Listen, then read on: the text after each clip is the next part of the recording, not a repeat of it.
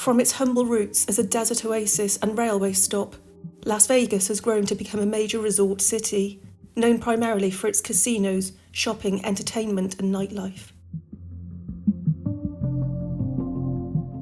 Beneath the glitz, glamour and gambling tables of the world-famous Las Vegas Strip lies something sinister, something paranormal, and Las Vegas is arguably one of the most haunted cities in North America. From haunted hotels and museums to tragic fires and ghostly mobsters, welcome to the ghosts of the Las Vegas Strip.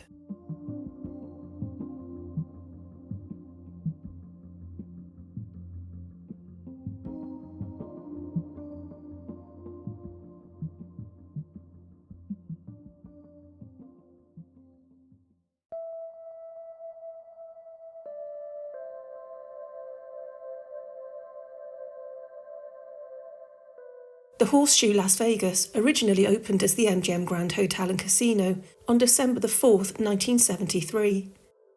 The site was previously occupied by the Three Queens Motel and the Bonanza Hotel, but these were demolished to make way for the MGM Grand with its 26 stories and 2,100 rooms. At the time, this was one of the world's largest hotels and casinos with over 900 slot machines. The opening ceremony was a glittering affair attended by many stars, including Cary Grant, Jane Powell, Howard Keel, and Shirley MacLaine, who were entertained by Las Vegas legend Dean Martin. But this is a hotel with a dark past. Stories of ghosts, unexplained phenomena, and replays of tragic events still linger in the hotel's rooms and casino floor. Shortly after 7 a.m. on November 21st, 1980, emergency services received a call about a fire at the MGM Grand Hotel on South Las Vegas Boulevard. Records show that 5,000 people were staying in the hotel at that time. The cause of the fire was a refrigeration unit in the deli. Wiring behind the wall had been burning undetected for hours. A supervisor witnessed what he thought was a flickering light, but it was actually a wall of flames.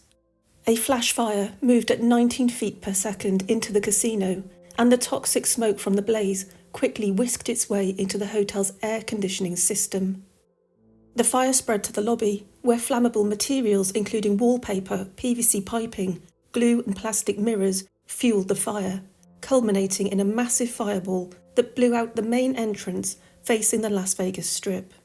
Within 6 minutes of the fire being noticed, the entire casino floor was ablaze. 18 people lost their lives on the casino floor that day. 350 firefighters responded to the incident, and a massive helicopter rescue effort pulled 1,000 people from the roof of the hotel. In total, 85 people were killed, including 78 guests and 7 employees.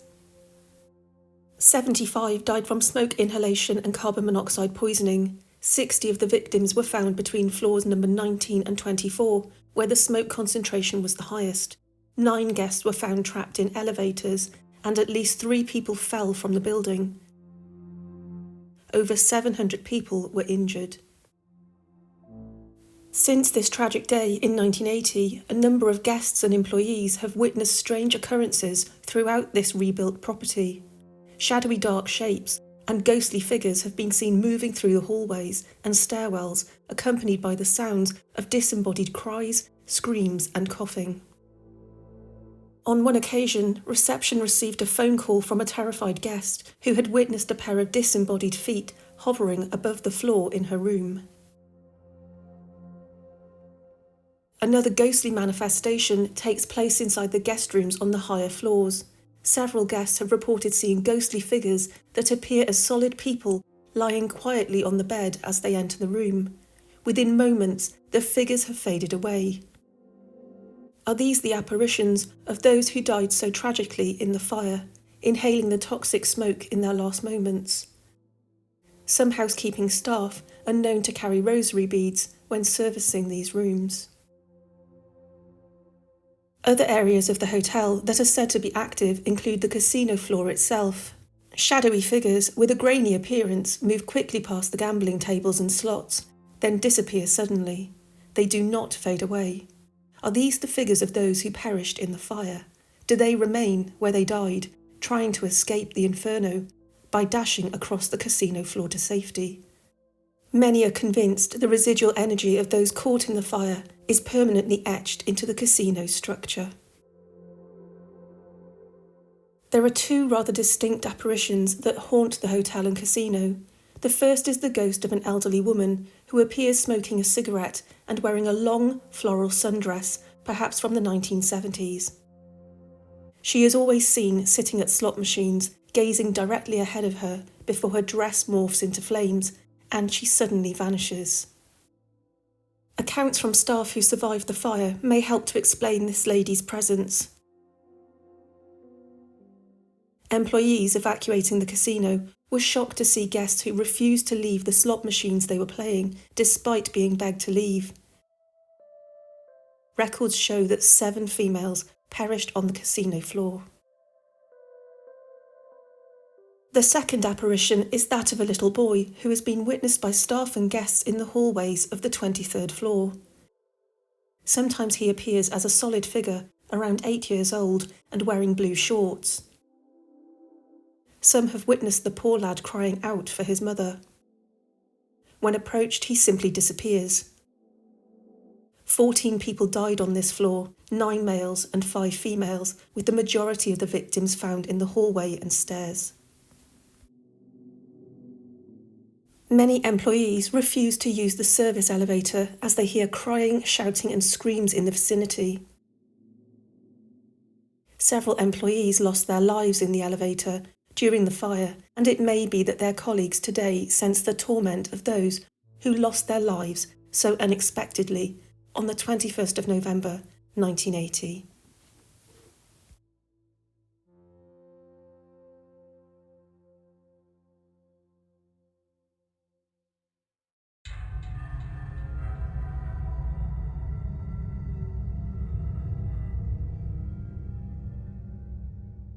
The legendary Flamingo Las Vegas is a true landmark on the Strip. This hotel, with its checkered past and links to the mob, is one of the Strip's oldest resorts.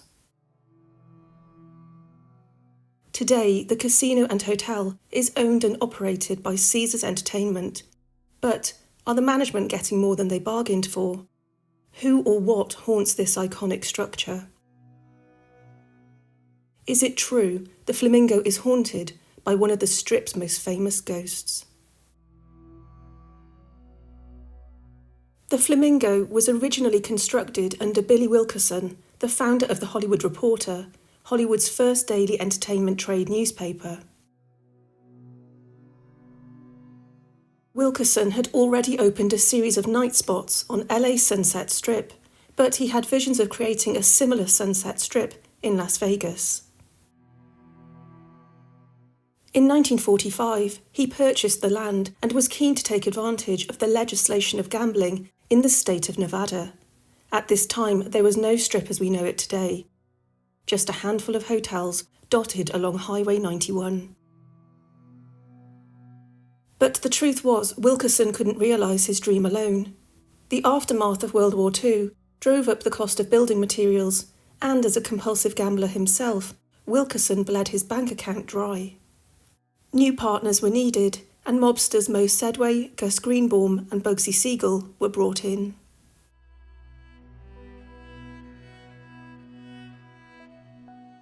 Siegel, a well-dressed but cold-blooded killer who'd made a fortune in New York as a bootlegger during Prohibition, made himself the on-site boss with the approval of mobster financier Meyer Lansky. The casino was not without its problems. Originally planned as a $1 million resort, building costs quickly escalated to $6 million under the mismanagement by Siegel. Wilkerson was terrified of Siegel and would frequently be absent for weeks at a time, fearing that Siegel wanted him dead.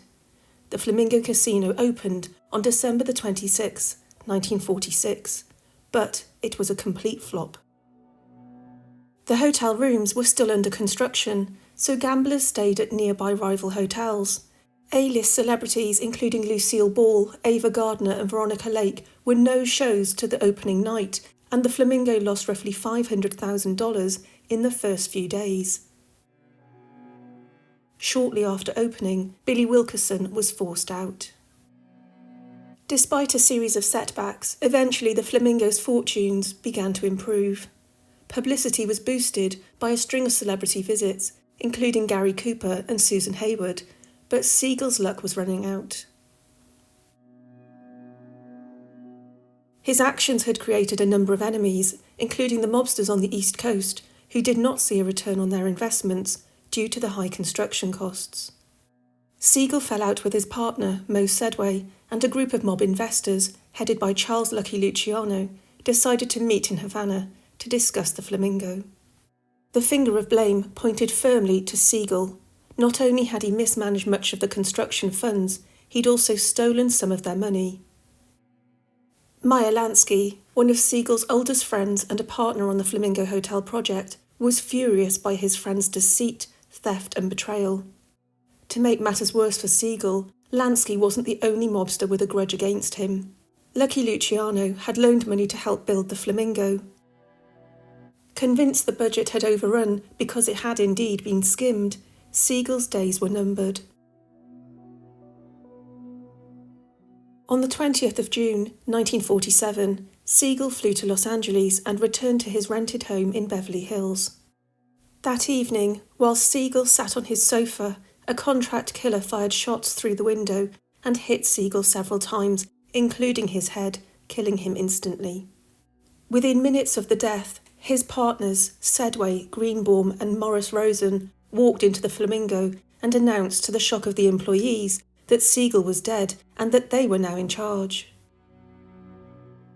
Just a few days earlier, Siegel's girlfriend, Virginia Hill, flew to Paris, and some say she must have been told that the hit was about to happen. Nobody was ever charged with the murder of Siegel, and the crime remains unsolved to this day. The Flamingo opened its 105 rooms as a 3-story hotel, but included a 4th-story penthouse for Siegel, who oversaw the construction of the property. Because he feared for his life, the suite included bulletproof glass and secret tunnels built into the residence in the event that he needed to make an emergency getaway. Although the original buildings of the Flamingo are long gone, and despite efforts at minimising Siegel's association with the resort, Siegel, it seems, refuses to leave the building. His ghost haunts the Flamingo in 2 different locations. A man wearing a smoking jacket has been witnessed on the highest floors, close to the suites. Guests have also heard disembodied voices that sound like somebody in charge, possibly Siegel, is arguing or complaining to a member of staff. Is this the residual energy of Siegel overseeing construction workers or arguing with one of his mob partners? Is he arguing with his girlfriend, Virginia Hill, who may have played a part in organising his death? Although the presidential suite, or Bugsy Suite as it was known, is now gone, rumours suggest that the gold faucets and bathroom fixtures from his apartment are still housed in the Flamingo. Guests say they have awoken to the sounds of whispering, witnessed wardrobe doors opening and slamming shut for no reason, and seen dark shadows looming at the foot of their beds. Numerous members of staff and guests have witnessed the apparition of Siegel over the years. In addition, the solid apparition of a man with a striking resemblance to Siegel has been seen near his memorial. This stone pillar is located in front of the Flamingo habitat and waterfalls, just opposite the wedding chapel. The Bugsy Siegel Memorial commemorates the site where his original Flamingo Hotel stood from 1946 until 1993, containing the famous Bugsy Suite. The plaque also mentions the manner and location of Siegel's death, as well as the many ownership changes to the Flamingo Hotel. A couple from Iowa witnessed a man in a shirt, tie and wool jacket standing near a fountain.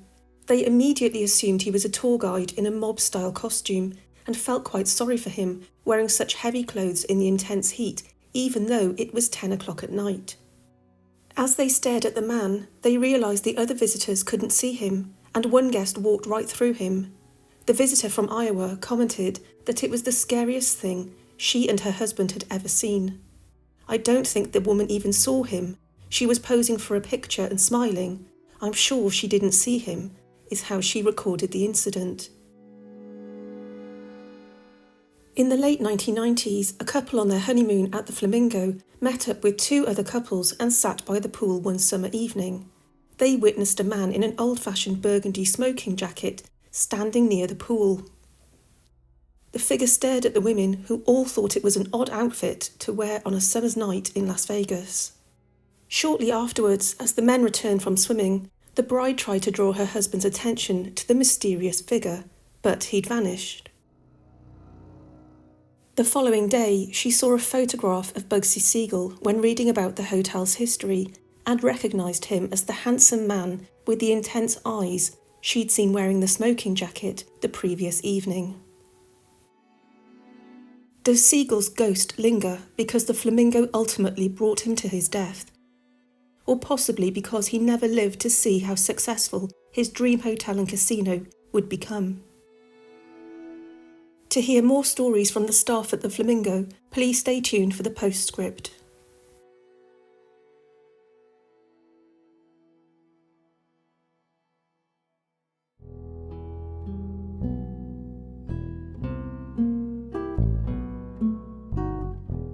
The Venetian Las Vegas is a luxury hotel and casino modelled on the iconic landmarks of Venice. It even has its own canal and gondola rides. The hotel features a host of restaurants, clubs and lounges, as well as over 11,000 square metres of gaming space. The Venetian opened in May 1999 and stands on the site of the iconic Las Vegas hotel, the Sands, which opened in 1952. This was the 7th hotel on the Strip, but was closed and demolished in 1996. The Sands was considered to be the most luxurious resort on the Strip in its time, with its lavish features and Italian marble lobby. Famous for its link to Hollywood A-listers, the mob, the Rat Pack, and numerous high-profile entertainers, it seems the residual energy of the Sands still remains in the Venetian today. Guests and staff have reported an array of unexplained phenomena at the Venetian. It is not uncommon to hear loud knocks late at night on doors and walls when no one is around. People have heard items being moved in their bathrooms and heard disembodied whispers in the hallways. The ghostly apparition of a woman has been seen walking between guest beds at night in a number of different rooms on the 6th floor. She paces across the bedroom, heads towards the window, and points out before gradually disappearing. Is this the apparition of a former guest, an employee, or even a showgirl from the iconic Sands Hotel? Nobody knows. Like so many hotels in Las Vegas, there are rumours that construction workers died as the hotel was being completed. Reports seem to vary, and it is likely we'll never know the truth, but some claim 2 people were killed, and some suggest up to 7 people lost their lives. A story circulates that a worker became trapped within the walls and remained there for several days before succumbing to exhaustion and starvation. Some say he was finishing off construction on some of the upper floors when he became trapped in the space while sealing off some vents. The tragic apparition of this unlucky soul is blamed for the knocking sounds and moans that come through the vents in various guest rooms. The most active location at the Venetian seems to be Madame Tussauds. This attraction opened in 1999 and was the first Madame Tussauds venue to open in the United States. Featuring over 100 waxworks of famous celebrities, it also seems home to several ghosts. Many people, including guests and staff, have felt very uncomfortable inside the attraction, and not just because they are being watched by the lifelike wax figures. The attraction seems to be haunted by the echoes of the legendary entertainment nightclub, the Copa Room, a portion of which stood on this site. Noteworthy for the many entertainers who performed there, the Copa Room was the hottest ticket in town. The Sands Hotel manager, Jack Entrata, ran the famous Copa Cabana Club in New York, where his showgirls were known as the Copa Girls. Entrata wanted to replicate the New York club in Las Vegas, and many credit him as the entertainment director for making the Sands the success that it was. The Copa Room became a hit, with 2 shows each evening and a lineup that included the top talent of the day. In 1953, Frank Sinatra made his Sands debut. When Sinatra performed, the Hollywood A-listers would flock to Las Vegas, including Lucille Ball, Desi Arnaz, Judy Garland, and Marilyn Monroe.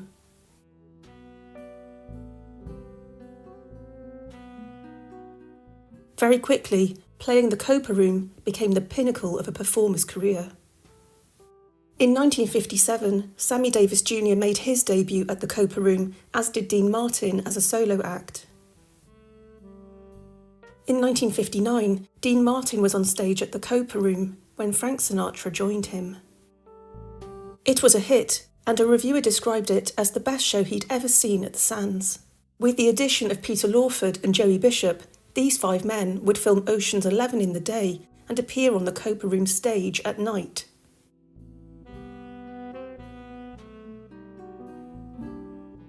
They eventually became nicknamed the Rat Pack. For months, the show was an absolute sellout. In February 1960, the Sands received over 18,000 requests for its 200 guest rooms.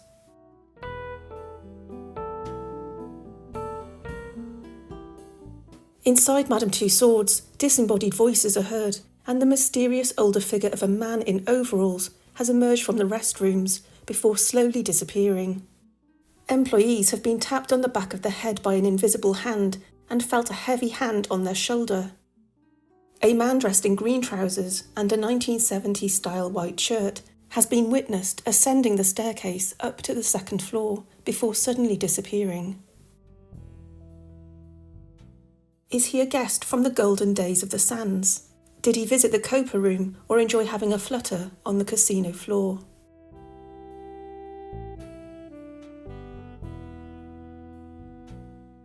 Guests have heard clearly audible piano and cabaret music, rapturous applause and laughter, and the sounds of glassware and bottles. Do the apparitions of the Rat Pack still linger at Madame Tussauds, where their own figures are forever immortalised in wax? Are these the residual sounds of this once iconic nightclub that propelled Las Vegas into becoming the entertainment capital of the world? Do the sounds of the infamous Copa Room, where audiences roared with laughter at the jokes of Sinatra, Martin and Davis Jr., still resonate through the Venetian Hotel Las Vegas?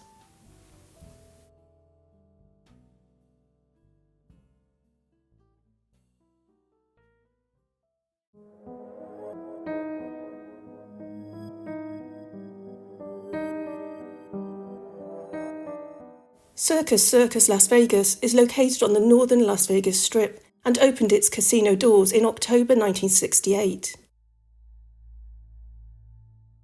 The hotel opened later in 1972 and is home to the largest permanent circus in the world, with trapeze acts and carnival games. With its indoor amusement park, roller coasters, swimming pools and water slides, this hotel was the first family-oriented hotel on the Strip. Plenty of hotel rooms at an affordable price meant that families could enjoy the bright lights of Las Vegas on a budget. With opportunities to gamble, shop, dine and enjoy the entertainment, perhaps it's no surprise that some visitors and employees still lurk within its walls. But behind the thrills and smiles lies something rather sinister: murder, the mob, and shady business practices. Rumours circulate that this hotel has been the site of a number of murders. Stories tell of a double murder in room 123, where a mother murdered her son and then killed herself. Why a mother would commit such a grisly crime, we will never know, but the negative energy and paranormal activity at the hotel suggests the murder has left an indelible scar on the property. Furniture is said to move by itself. Loud banging sounds are heard behind closed bathroom doors, and the apparition of a small boy stands at the foot of the bed. Piercing loud screams and a child's desperate cry for help can be heard coming from the room and the hallways around it. In several rooms, the words "help me" have appeared written in condensation across bathroom mirrors, the pleas of a helpless child still trapped in the moments before his untimely death. Staff and guests have witnessed him time and time again, looking lost in the halls of the first floor, sobbing loudly, begging for help and searching frantically for something. He has been observed hand in hand with his own mother, the two of them appearing in the hallways and asking guests if they've seen a man named Robert. Is Robert the name of the boy's father? Is he somehow linked to this tragedy? But as guests try to speak to the phantom figures, they slowly fade away. When Circus Circus opened, its location was a fair distance from the other strip hotels, and this proved problematic. Many high-stake gamblers were not prepared to travel the distance to it, and its somewhat isolated location became alluring to gangsters and mobsters who were able to conduct their deeds without prying eyes. It struggled financially in its early years, and the owners, Jay Sarno and Stanley Malin, were investigated for tax code violations and connections to organised crime. Without the big spenders, Circus Circus soon found itself facing bankruptcy. The desperate owners needed help, and this came in the form of a $23 million loan from the Teamsters Pension Fund, which at the time was heavily linked to the American Mafia, particularly the Chicago outfit. To appeal to the high rollers, a new 15-storey tower would be built, but the mob wanted to make sure their money was safe. In 1971, a deal was made to add a new name to the business. Ruthless, violent Chicago mobster Tony Spilotro effectively became the Las Vegas enforcer for the Chicago Mafia. Spilotro was put in charge of the casino's gift shop as a cover for his illegal financial activity. Behind closed doors, he was managing the outfit's multi-million-dollar casino profits, known as the Skim, for both Circus Circus and the other Mafia-owned casinos on the Strip, notably the Stardust, the Fremont, the Hacienda, and the Marina. Spilotro did well for many years, and was rumoured to be responsible for dozens of brutal mob hits in the area, including throwing people out of hotel windows and from the roof of Circus Circus. The FBI suspected him in over 20 murders. He bribed police officers, judges, and shot witnesses, but Spilotro wanted more. He became a loan shark, the boss of a group of pickpockets, and oversaw groups to burgle houses, and even ordered a hit on 2 police officers without the authorization from his Chicago bosses. He established the notorious hole-in-the-wall gang, who blew holes in the brickwork of properties to bypass regular burglar alarms. But Spilotro's greed and loose cannon actions overstepped the boundaries, putting him on the wrong side of his employers and leading to his own bloody and gruesome murder at the hands of the Chicago outfit itself in June 1986. His body was buried in a shallow grave in a field in Indiana, along with his brother. The apparition of a man with a striking resemblance to Spilotro and dressed in an old-fashioned suit has been seen walking purposefully through the casino floor. There are staff who are sure this is the apparition of Spilotro himself. There has never been a final count of the murders he was responsible for, but it is chilling to think that some may have taken place in and around Circus Circus. Maybe Spilotro himself is restless in death as he reflects on his brutal criminal acts and the lives he took in Las Vegas. A double homicide at Circus Circus was reported in the press in 2018. A couple from Vietnam, who were part of a tourist group out of Los Angeles, were found attacked to death inside their Circus Circus hotel room. They were due to go on a trip to the Grand Canyon. When they didn't show up, a welfare visit was made to their room and they were discovered with fatal wounds. The killings were later ruled a double homicide in what appeared to be a robbery gone wrong. After the tourists were found dead, hotel engineers tested the door's latch and determined it was broken. The engineers ran several tests and found the door wouldn't properly close on its own. The police report indicated that the door could easily have been pushed open. A suspect was arrested after he was caught on CCTV. He had jewellery, a mobile phone and a backpack belonging to one of the victims in his possession. Sadly, this robbery gone wrong is yet another tragic incident at Circus Circus Las Vegas.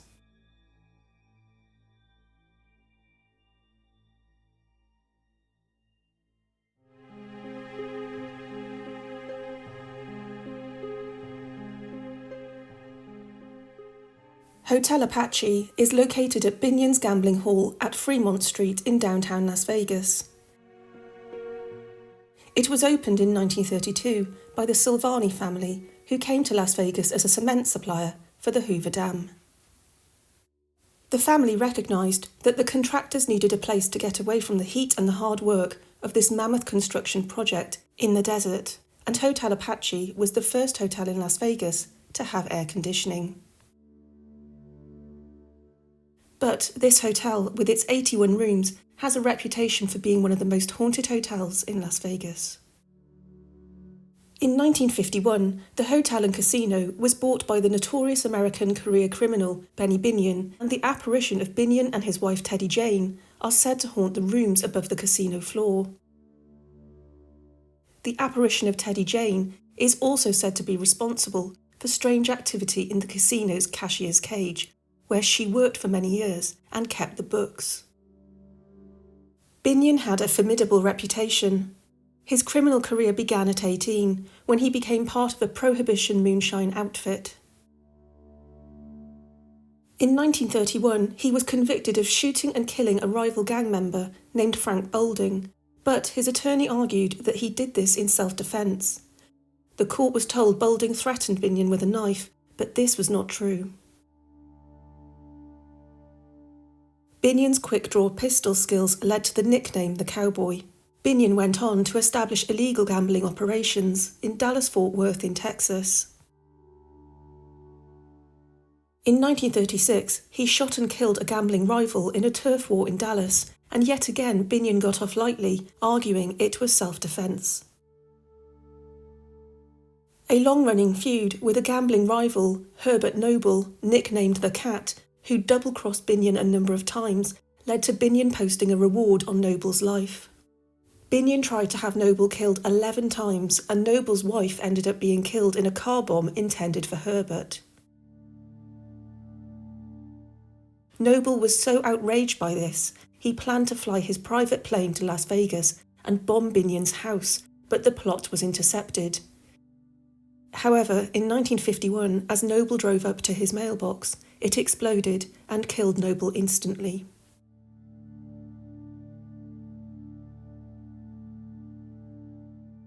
Binion kept his cowboy image all his life, wearing cowboy hats and shirts and being armed with a pistol during his time in Las Vegas. He had a reputation for being generous to his patrons.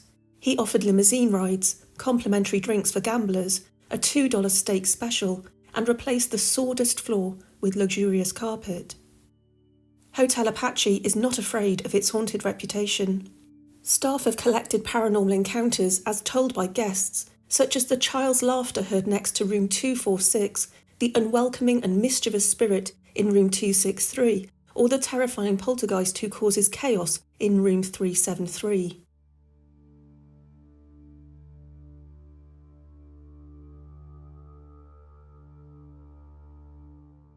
Could one of these spirits be that of taxi driver Marvin Shoemate, who likely fell victim to Binion's revenge? Shoemate was involved in the kidnapping plot of Ted Binion, Benny's youngest son.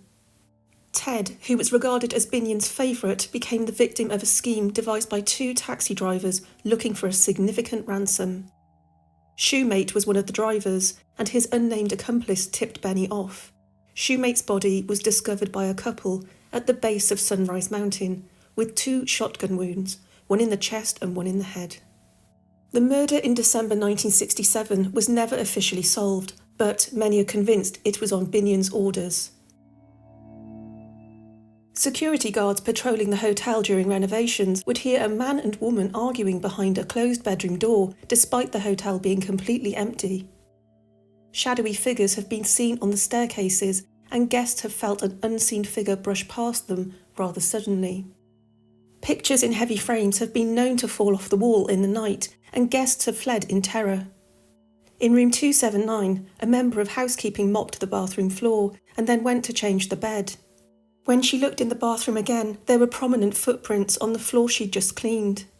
Other members of staff and guests have had their hair pulled and heard furniture moving in the room when it is vacant and locked.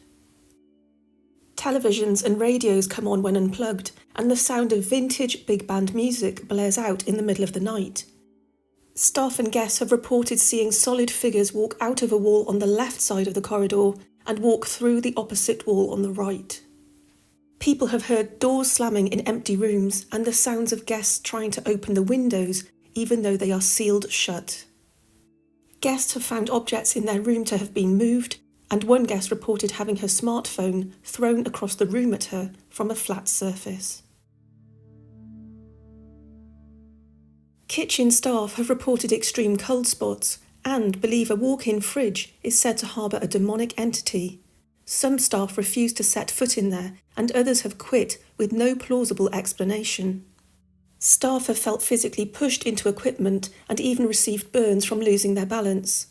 Poltergeist activity is common, with trays and dishes being flung with force and falling on the floor.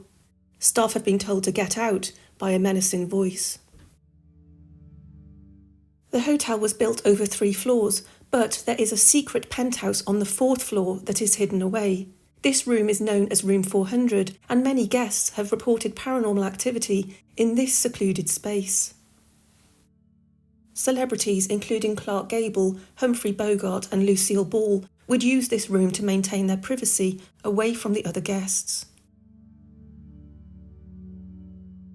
The door has the same keycard activated lock as the rest of the guest rooms, but for some reason the lock on this penthouse is troublesome. The management have replaced this lock 8 times. Once the lock is installed on the door, it stops working. Engineers have examined and inspected it and found there is nothing physically wrong with the lock. But for some reason, on this door, it refuses to work. Strange things seem to be afoot at Hotel Apache. Would you be brave enough to stay there?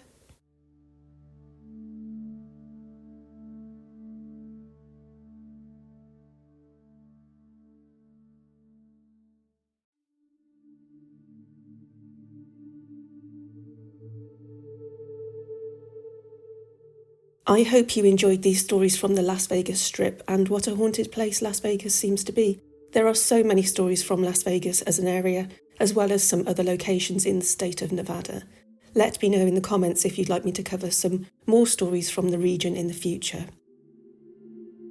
If we just go back to the flamingo for a moment, the flamingo received its unique name directly from Bugsy Siegel. The flamingo referred to Siegel's girlfriend Virginia Hill, whose nickname was the Flamingo due to her long legs and red hair, and she was the girlfriend who flew off to Paris just before he was murdered. I did read a great article about Bugsy Siegel and Liberace, which I thought was quite interesting, so I'm going to put it in the video here. Back in 1948, Liberace was in his late 20s and was really turning heads with his extraordinary musical talent, and he was playing at the Last Frontier Hotel, and at that time he was on $1,500 a week, and Bugsy Siegel really wanted him to come across to the Flamingo, but Liberace was quite happy where he was at the Last Frontier and didn't really want to go. But people said to him, this is Bugsy Siegel, you might want to do as he says. But just a few days later, Bugsy Siegel was shot and killed, so Liberace didn't have to make the transition over to the Flamingo for Bugsy. So I thought we'd have a look at Bugsy Siegel's death certificate. He was 41 when he died in 1947. The cause of death is cerebral hemorrhage due to gunshot wounds to the head, and his address of his usual residence is the Flamingo Hotel. I did see that the house where he was murdered in Beverly Hills was on the market last year for $17 million, and I'm assuming it would have sold because it's prime real estate. But My question to you is, would you be happy to live in a house where someone has been murdered? I'm not sure. Let me know in the comments section below. Another story connected to the Flamingo is the death of an Australian rules footballer who died at the hotel in 2012, and his name was John Shane McCarthy, and he was only 22 when he died. He came from a very sporty family, and McCarthy died on September the 9th, 2012, after falling 9 metres from a rooftop at the Flamingo Hotel. The incident occurred at the start of the post-season holiday for McCarthy and the other Port Adelaide players. And it was a really tragic incident. They'd only been in Las Vegas for just a few hours, and my understanding is that it was a tragic accident and that the police said Mr. McCarthy had attempted to jump off a roof onto a palm tree, but slipped and fell to the ground. I think there was certainly alcohol involved, and some news reports suggest drugs were available, but it's so sad that his life was over so soon. Let's go back to the Rat Pack for a moment.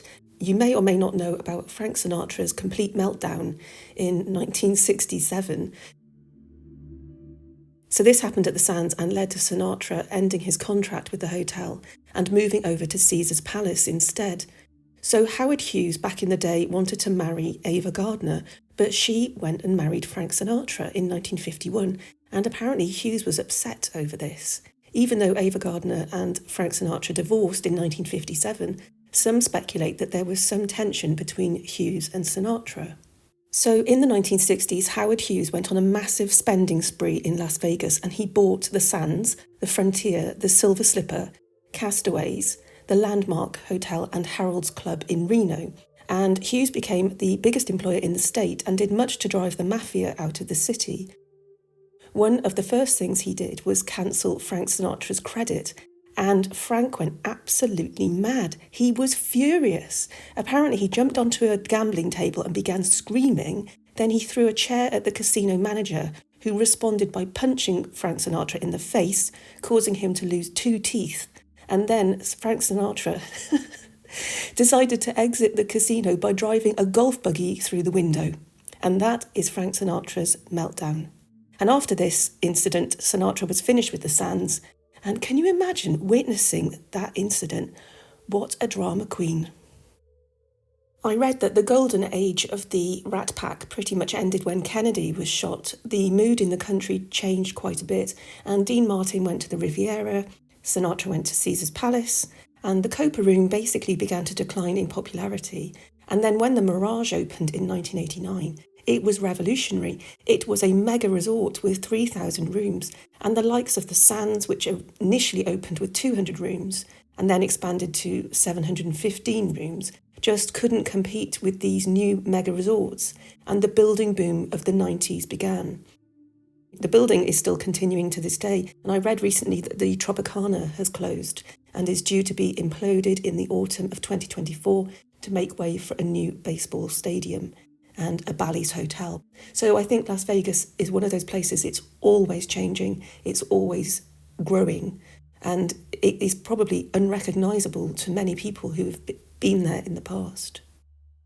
I received a wonderful email from a lady called Dina, and I did ask permission to read this out, so she consented. I'm going to read it out to you now. I worked in the front desk phone room at the Flamingo Hotel and Casino for about a year in 2004. We were the ones that answered the calls for housekeeping and maintenance, and I was on the graveyard shift with one other girl. There was a long phone desk divided by little desktop cubicles with a station on each side of the desk, about 10 or 12 stations in all. There was a certain point in the night where one of us would take our lunch break and the other would be alone, and it could sometimes get overwhelmingly busy. If we were lucky, our manager might be able to spare a check-in agent to come back and help out. There were several occasions where I was super busy answering the phones and saw someone come in and sit down at one of the desks on the opposite side from me, and I thought, oh thank God, they've sent help. As soon as the phone slacked off, I'd stand up to thank that person, but no one was there. This would also sometimes happen with both of us there if it was busy, but not as often. There were a couple of times I'd be talking with my co-worker since there were no calls coming in, and the office door would slam shut. We assumed the manager did it because we were getting too loud, so my co-worker opened the door and said, "Sorry." The manager said, "For what?" "For being too loud. You closed the door."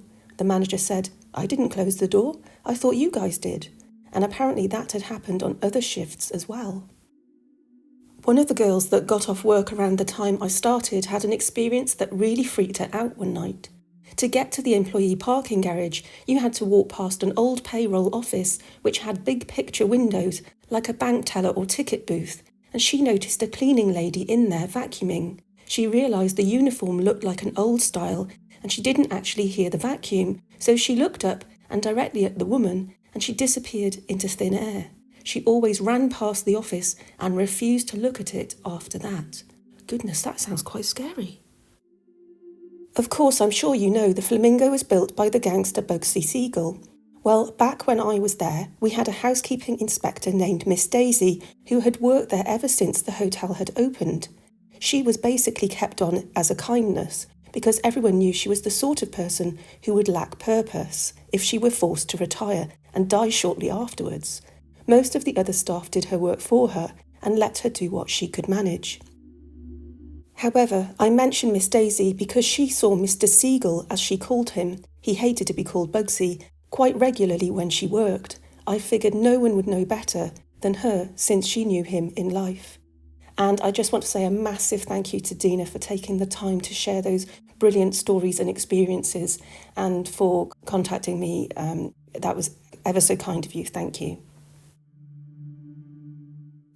The next thing I have for you is a leaflet from the late 1980s, I believe, from Circus Circus. Now, I'm not going to read the whole leaflet out for you. I will put the stills of the images on Instagram if you want to zoom in and have a good read of it. I just wanted really to look at the pictures, and it does look quite an 80s leaflet, in my opinion. I particularly like the photographs on the left-hand side here. That one at the top, I remember when I was a child in the 80s having school dinners, we had plates that looked a bit like that with different compartments. I'm not sure you'd get anything quite like that in Las Vegas. It does look rather 80s, doesn't it, with the parsley? And then I love that couple down the bottom. I wonder if they're on a date.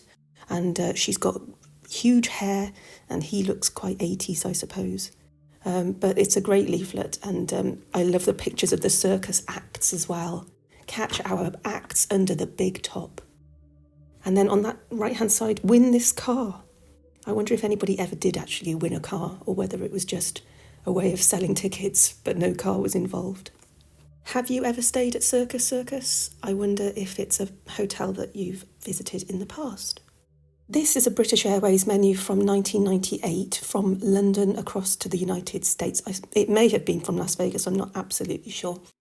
So we've got prawns and scallops with anchovy fillets, tomato and baby onions and black olives. This is quite a comprehensive menu, I think. You know, you've got 4 appetizers to choose from, salads, and then for your main course you can have fillet steak. Goodness me, I wouldn't have thought you could do a fillet steak on a plane, or salmon or chicken or a vegetarian pasta, and then rhubarb crumble tart, fresh fruit, and Scottish oat cakes and cheese. I'm always going to stay away from cheese. And there's a little wine list as well for you to have a look at. I hope you enjoy this menu.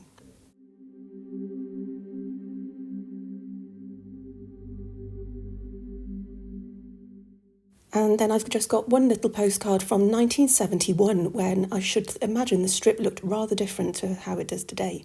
Darling Jay, we were at the Stardust Hotel last night and your mummy was not allowed into the one entertainment lounge because she could not prove she was 21. A big hug and kiss from Mum and Dad. They are very strict, aren't they, in America about ID? They ID'd me, they ID'd Mr. GC, even though he's much older. But yes, I thought that was quite a nice little postcard. So I just want to say a massive thank you again to Dina. Thank you for watching. Please like and subscribe. Take care, guys, and I'll see you on the next one. And don't forget to come and find me on Instagram. Take care.